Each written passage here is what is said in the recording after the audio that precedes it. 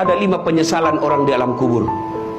Satu diantaranya, ketika sudah dia gosok meninggal arwah, dia gosok matanya, dia buka, kata dia, saya di mana? Kau sudah meninggal, dah saat. Saya sudah mati. Iya. Ya Allah, hidupkan saya kembali ke dunia, sekejap saja, kira-kira 1 menit lah kalau boleh. Ya Allah, kembalikan saya ke dunia. Untuk apa? Sholat? Bukan. Puasa? Bukan. Haji? Bukan. Saya hanya ingin berkata, ya Allah, semua hartaku aku sedekahkan fisabilillah. Kenapa bukan minta sholat? Karena sholat hanya bisa dapat pahalanya ketika kita masih sholat. Haji hanya bisa kita dapat ketika kita haji. Puasa hanya kita dapat ketika kita puasa. Tapi sedekah, meskipun sudah tulang belulang hancur, kita tetap mengalir. Itulah yang disebut sedekah jariah. Keliru Bapak Ibu yang Allah kasih rezeki, Bapak tidak bersedekah. Keliru. Dan alhamdulillah, makin bersedekah, Allah makin ganti. Maka almarhum almarhumah, insya Allah lapang kuburnya karena ada sedekah beliau. Yang ketiga, yang akan menolong kita di alam kubur adalah ilmu yang bermanfaat. Almarhum almarhumah, beliau suami istri, tokoh pendidikan.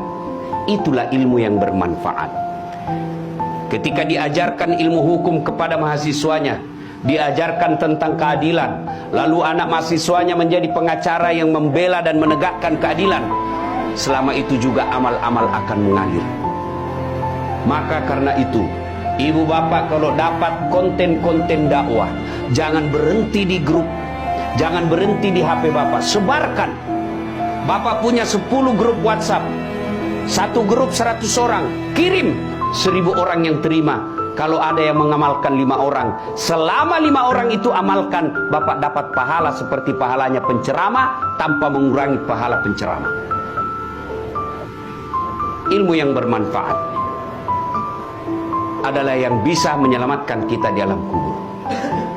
Inilah 3 yang akan terus mengalir meskipun kita sudah di alam kubur, bahkan sudah habis tulang belulang kita. Anak yang soleh dan soleha, sedekah harta, kemudian ilmu yang bermanfaat. Dan orang yang ada di alam kubur sekarang masih transit, belum sampai surga, termasuk Rasulullah Muhammad SAW. Dan siapa yang paling menderita di alam kubur? Kata Nabi, orang yang paling menderita di alam kubur nanti adalah al-mutahawil bis sholah, yang menganggap enteng sholat.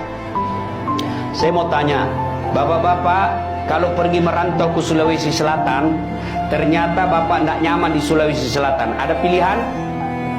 Ada? Ada. Balik lagi ke Jakarta. Saudara-saudara dari Jawa merantau ke Sumatera, ternyata di sana tidak bagus. Ada pilihan? Ada. Balik lagi ke Jawa. Mangan orang mangan, yang penting ngumpul. Iya. Iya toh? Bapak-bapak kalah pil caleg, ada pilihan? Kalah pilpres, ada pilihan? Ada. Tunggu lagi 5 tahun yang akan datang, kita tanding lagi. Ya, tidak disenang sama gubernur, ada pilihan? Ada. Apa? Pensiun dini. Selesai urusan, biar ada di situ kita lewat. Bukan lagi gubernurku. Iya kan? Ibu-ibu, suami cerewet, suami kasar, ada pilihan bu? Ada. Pulangkan saja aku pada ibuku atau ayahku. Selesai. Ya, bapak-bapak punya istri cerewet, ngamuk aja kerjanya, nggak tahu menghargai suami. Ada pilihan? Ada. 2 pilihan. 1 tambah jadi 2. 2 cerai. Ada pilihan pak. Maknanya bapak menderita di dunia masih ada pilihan. Dan tidak ada orang menderita di dunia dari bangun sampai tidur sampai bangun lagi menderita 24 jam. Tidak, pasti ada senyum-senyumnya. Tapi kalau bapak masuk kubur, ada pilihan? Ibu-ibu masuk kubur, ada pilihan?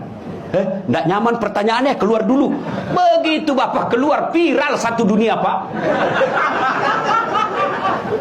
Ya. Dan siapa orang menderita di kubur? Al-mutahawil bis sholah, yang menganggap enteng sholat.